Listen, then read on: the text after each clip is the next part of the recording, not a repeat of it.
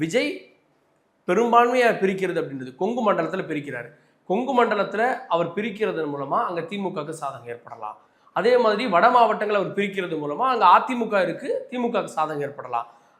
அதை தாண்டி தென் மாவட்டங்கள், டெல்டா, மத்திய பகுதிகள் எல்லாம், சென்னை போன்ற பகுதிகளில் திமுகவுக்கு சாதகமாக இருக்குது. அவர் பிரிக்கிறாரு, அதிமுக அங்கே வந்துடும் அப்படின்னு அதிமுகவினர் ஒரு கணக்கு சொல்கிறாங்க.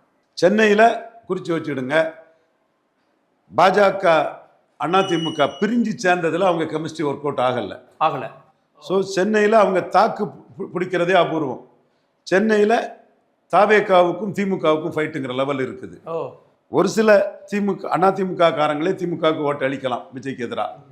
அது சூழலில் அதிமுக ரொம்ப கீழே போகும். சென்னையில் மயிலாப்பூர்லலாம் தமிழிசை 3வது தான் போவார் அந்த கூட்டணிலன்னு கருத்துக்கள்லாம் வருது. வெங்கட்ராமன் நின்றனால.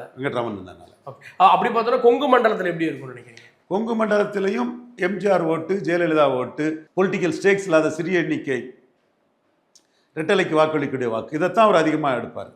ஸோ நான் வெள்ளாள கவுண்டர் ஓட்டில் திமுகவுக்கு ஒரு சிறு பாதிப்பை ஏற்படுத்தலாம்.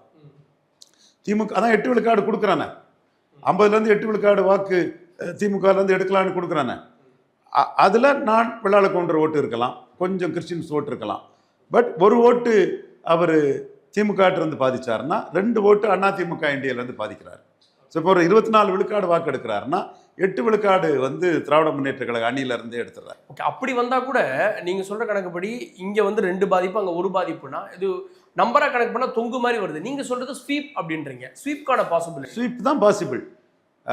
இன்னொருத்தர் 30 விழுக்காடு வந்துவிட முடியாது. ஓகே, திமுக 40+ இருக்கும், அதிமுக 30 அந்த ரேஞ்சில் தான் இருக்கும்னு சொல்லுவாங்க.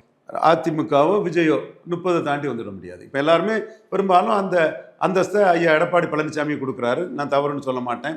2 பேக்கிங் கம்யூனிட்டி இருக்குது, ஒரு அலையன்ஸ் சேர்த்துருக்கிறாரு, இந்துத்துவா கையில் எடுத்திருக்கிறாரு, பணம் செலவழிச்சிருக்கிறாரு. இந்த பிறகு அவர் பேசும்போது கூட்டம் ஒன்றும் கலையில்லை.